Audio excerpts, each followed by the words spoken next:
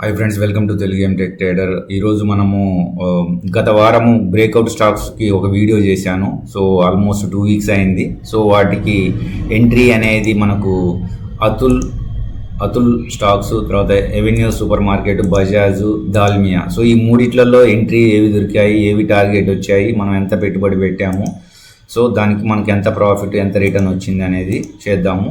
So ముఖ్యంగా మనము దీన్ని చేసే ముందు ఏంటంటే, మనము స్టాక్ మార్కెట్ అనేది కెరియర్గా ఎంచుకోవడం అనేది ఇది ఒక సైడ్ ఇన్కమ్గా చూసుకోవాలి. ఎవరైతే మల్టిపుల్ ఇన్కమ్ సోర్సెస్ ఉన్నాయనుకున్నారో, జాబ్ ద్వారాగానో లేకపోతే బిజినెస్ ద్వారాగానో 2-3, అందులో వచ్చిన అమౌంట్లో నుండి కొంత అమౌంట్ని బ్యాంకులో పెట్టడమా, వడ్డీకి ఇచ్చేయటమా, లేకపోతే ఇంకెవరికన్నా గోల్డ్ కొనటమా, రియల్ ఎస్టేట్లో పెట్టడం అనే దానికంటే ఇంకా కొద్దిగా క్విక్గా మనీని మల్టిప్లై చేయాలి అంటే ఇది స్టాక్ మార్కెట్ ఒక ఆప్షన్గా చూసుకోవాలి. అందులో ఎవరైతే న్యూ కమర్స్ ఉన్నారో సో వాళ్ళు వెంటనే ఫ్యూచర్ అండ్ ఆప్షన్స్లోకి రావడం చేయడం చేస్తే అది క్విక్గా, సబ్జెక్ట్ నేర్చుకోకుండా ఉంటే సైకలాజికల్గా, మైండ్ సెట్గా, ఎక్కువగా గ్రీడీగా, అంటే తొందరగా రీచ్ అవ్వాలి, తొందరగా బంగ్లా, కారు అనుకుంటూ క్విక్గా అనాలంటే అమౌంట్ అంత వస్తుంది, కానీ అదే స్పీడ్గా వస్తుంది. కానీ మనకు సబ్జెక్ట్ నేర్చుకున్నంత వరకు సైకలాజికల్ మైండ్ సెట్ లేనప్పుడు గ్యాంబ్లింగ్ ట్రేడ్స్ జరిగి మనము కంప్లీట్గా లాసెస్లోకి వెళ్తాము. సో ఇదొక డిసిప్లైన్డ్, సిస్టమేటిక్గా, హైయెస్ట్ డిసిప్లిన్ ఉండి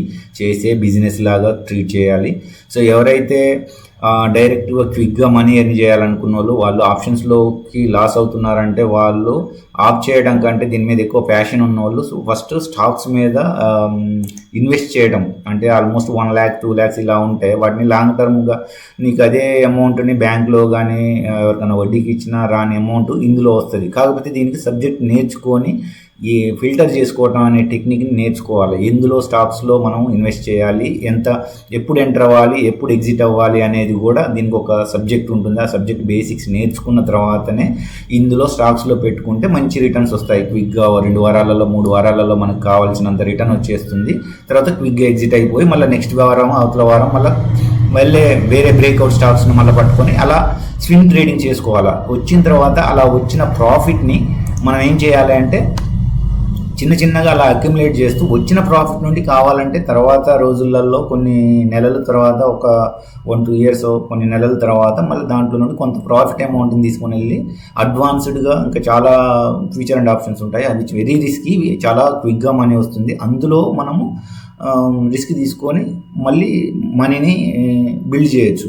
ఎవరైతే ఇన్కమ్ సోర్సెస్ ఎక్కువ లేవో తాళ్ళు అప్పు తీసుకొనో, లేకపోతే లోన్లు తీసుకొని, లేకపోతే ఇంకేమన్నా గోల్డ్ తాకట్టు పెట్టుకొని ఇలా తీసుకొని వచ్చి ఇందులో పెట్టడం వలన వెరీ రిస్కీ, సైకలాజికల్గా మైండ్ అనేది ఎవరైతే సర్ప్లస్ మనీ ఉందనుకున్న వాళ్ళు ఈ విధంగా ట్రేడ్స్ చేస్తూ స్టెప్ బై స్టెప్ దీనికి ఒక సిస్టమేటిక్గా సబ్జెక్ట్ నేర్చుకున్న తర్వాత చేస్తే సేఫర్గా ఉంటారు. ప్లస్ అమౌంట్ కూడా మంచిగా గ్రో చేయడానికి ఆస్కారం ఉంటుంది. సో ఇక్కడ మనము అతుల్లో 4వ తారీఖు, అంటే ఈ నెల 4వ తారీఖు మనకి బ్రేక్అవుట్ ఇచ్చింది. సో ఇక్కడ మనం క్లియర్గా చూసుకున్నట్టయితే ఆల్రెడీ లాస్ట్ వీక్ చెప్పాను. సో ఇక్కడ మనకి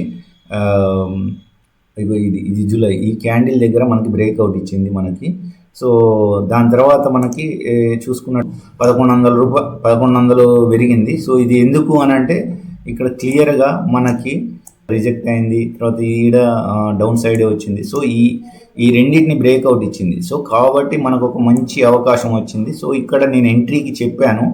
తర్వాత ఇప్పుడు చూసుకున్నట్టయితే ఇక్కడ మనకి ఎంత నడుస్తుంది, ఇప్పుడు 7,900 రూపాయలు నడుస్తుంది ఇప్పుడు ప్రజెంట్గా లైవ్లో. సో 10:45 అవుతుంది. సో ఇక్కడ 7,900 నడుస్తుంది కాబట్టి సో దాన్ని మనం ఇక్కడ చూసుకున్నట్టయితే ఇక్కడ ఎంట్రీ 6,703 రూపాయలకు వచ్చింది. మొన్న పోయిన వారం వీక్లో 7,000 దాకా వెళ్ళింది, అంటే మనకు ఒక 300 రూపాయలు పెరిగినట్టు. సో కానీ ఇప్పుడు మనకి ఎంత నడుస్తుంది అని అంటే మనకి టార్గెట్ వచ్చింది. ఇప్పుడు చూసుకున్నట్టయితే ఇప్పుడు ఎంత అంటే నడుస్తుంది మనకి 7,900 నడుస్తుంది, 7,900. సో ఇక్కడ మనకు 7,900 సో ఇక్కడ నడుస్తుంది. సో దీనికి మనం చూసుకున్నట్టయితే రిటర్న్ ఎంత వస్తుందంటే 17% వచ్చినట్టు. సో మనము ప్రాఫిట్ అంటే ఒక 26,000 మనం పెట్టి ఉన్నట్టయితే మనకు 4,700 ఎన్ని రోజుల్లో అంటే ఇప్పుడు. సో ఇక్కడ మనకు చూసుకున్నట్టయితే ఈరోజు 29, అంటే 4వ తారీఖు, అంటే ఓన్లీ 25 days ఇక్కడ 25 డేస్లోనే మనకు ఈ అమౌంట్ వచ్చినట్టు. సో ఇక్కడ క్లియర్గా చూసుకున్నట్టయితే 25 డేస్లో సో మనకి గుడ్ రిటర్న్ వచ్చింది. అదేవిధంగా ఎవెన్యూ సూపర్ మార్కెట్ చూసుకున్నాం అనుకో. సో ఎవెన్యూ ఇచ్చింది, సో ఎంట్రీ తీసుకున్నాము, వీడికి వచ్చింది. తర్వాత ఇక్కడ మనకు జూలై 24వ తారీఖు మనకి 5193 దగ్గరికి వచ్చింది. సో ఇక్కడ 5,000 ఇక్కడ మొన్న పోయిన వారం 5,000 దాకా వచ్చింది. ఇప్పుడు 5,193 రూపాయల దాకా వచ్చింది. సో ఇక్కడ చూసుకున్నట్టయితే మనకి 9% రిటర్న్ వచ్చింది. ఇది 17% వచ్చింది, అంటే 2,000, అంటే మనం 23,000 పెడితే. సో ఇది ఎప్పటికీ అని అంటే ఒక మనకు ఎంట్రీ ఎప్పుడు 10వ తారీఖు తీసుకున్నా కానీ మనకు ఎగ్జిట్ ఈ ఏరియాలో ఎగ్జిట్ అయిపోయినా కానీ మనకు ఒక 21 డేస్కే మనకి 2,000 వచ్చాయి. అంటే మనము 1,00,000 రూపాయలు ఎవరికన్నా ఇస్తే 2,000 వస్తుంది, కానీ మనం 23,000 ఒకరికి ఇచ్చి 21 డేస్ ఆగడం వల్ల మనకి 2,000 దాకా వచ్చినట్టు ఎగ్జిట్ అయిపోతే. సో అదేవిధంగా బజాజ్ ఫైనాన్స్ పోయినసారి ఎంట్రీ దొరకలేదు. సో అది కూడా మనం చూద్దాము, బజాజ్ ఫైనాన్స్ మనకి ఎంట్రీ దొరికిందా లేదా అనేది. బజాజ్ ఫైనాన్స్ రిజెక్ట్ అయింది, ఇక్కడ బ్రేక్అవుట్ ఇచ్చింది, మళ్ళీ ఫుల్ బ్యాక్ తీసుకున్న తర్వాత ఇక్కడ ఇటు సైడ్ వస్తే ఎంట్రీ తీసుకుందాం అనుకున్నాం కానీ రాలేదు, ఇంకా డౌన్కి వచ్చేసింది. సో ఇక్కడ సపోర్ట్ తీసుకుని పైకి వెళ్ళింది, సపోర్ట్ తీసుకుని పైకి వెళ్ళింది, ఇక్కడ కూడా సపోర్ట్ తీసుకుంటుంది. ఎంట్రీ తీసుకున్నా కానీ మనకి ఇటు మంచి డిస్కౌంట్లోనే దొరుకుతుంది, పైకి వెళ్ళే ఛాన్స్ ఉంది. ఇటు కొద్దిగా కిందికి వచ్చిందంటే ఇది స్టాప్ లాస్లో ఎగ్జిట్ అయిపోతే సరిపోతుంది అది. కానీ నేను ఎంట్రీకి అయితే దాన్ని ప్లాన్ చేయలేదు బజాజ్ ఫైనాన్స్. అదే దాల్మియా కూడా చూసుకున్నట్టయితే మనకి 1860కి ఎంట్రీ దొరికింది. దాల్మియా భారత్ కూడా మనకి ఇది ఒక సపోర్ట్ తీసుకొని బ్రేక్అవుట్ ఇచ్చింది. సో ఇది క్లియర్గా చూసుకుంటే సో ఈ ఏరియా నుండి మనకి ఇక్కడ బ్రేక్అవుట్ ఇచ్చింది.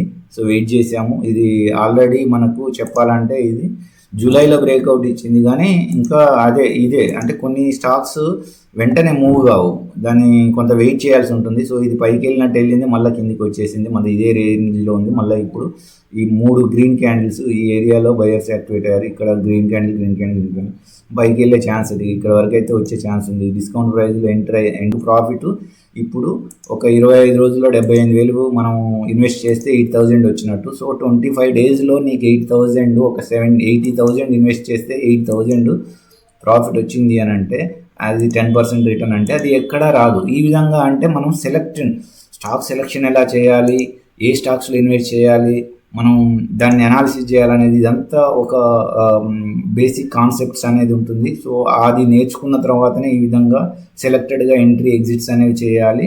సో అందులో మనము బెటర్ రిటర్న్స్ అనేది తీసుకునేది ఉంటుంది. దీని తర్వాత నెక్స్ట్ అడ్వాన్స్డ్ లెవెల్స్ చాలా ఉన్నాయి. ఇంట్రాడే డైలీ ట్రేడింగ్స్ అనేవి సిస్టమ్ ముందు డైలీ కూర్చోవాలి. ఇదనుకో మనము జాబ్ చేసుకుంటూ కూడా మనము ఆఫీస్ అవర్స్ అయిపోయిన తర్వాత అనాలిసిస్ చేసుకొని తర్వాత మనం ఎంట్రీస్ తీసుకొని దాన్ని స్వింగ్ ట్రేడింగ్గా మనం హోల్డ్ చేసి పెట్టేస్తే దాన్ని మనం వేరే మన వర్క్లు మనం చేసుకోవచ్చు. తర్వాత మనకి సైడ్ ఇన్కమ్గా ఇది వస్తుంది.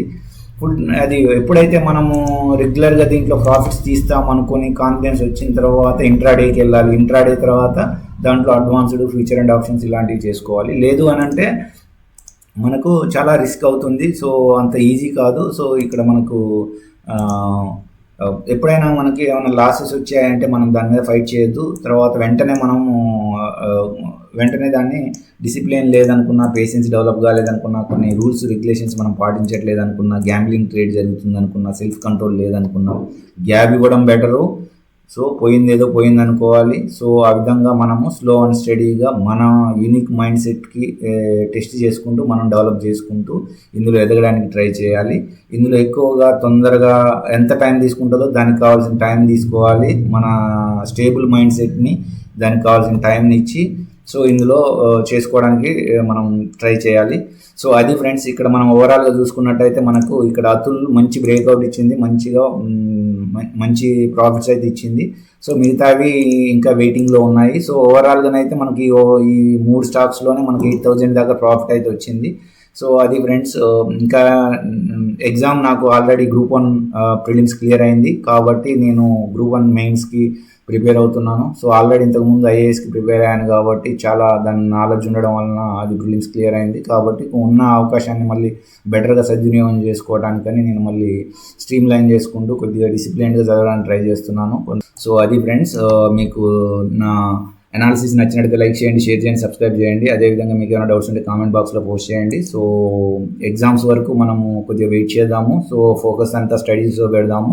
సో అప్పుడప్పుడు కొంత టైంలో మనం అనాలిసిస్లో మార్కెట్ని క్విక్గా అనాలిసిస్ ట్రై చేసి వీక్లీకి ఒక వీడియో చేయడానికి ట్రై చేద్దాము. అంతవరకు స్టడీస్లో ఫోకస్ చేద్దాము. సో అది ఫ్రెండ్స్, నెక్స్ట్ వీడియోలో మళ్ళీ కలుసుకుందాం. అంతవరకు సెలవు.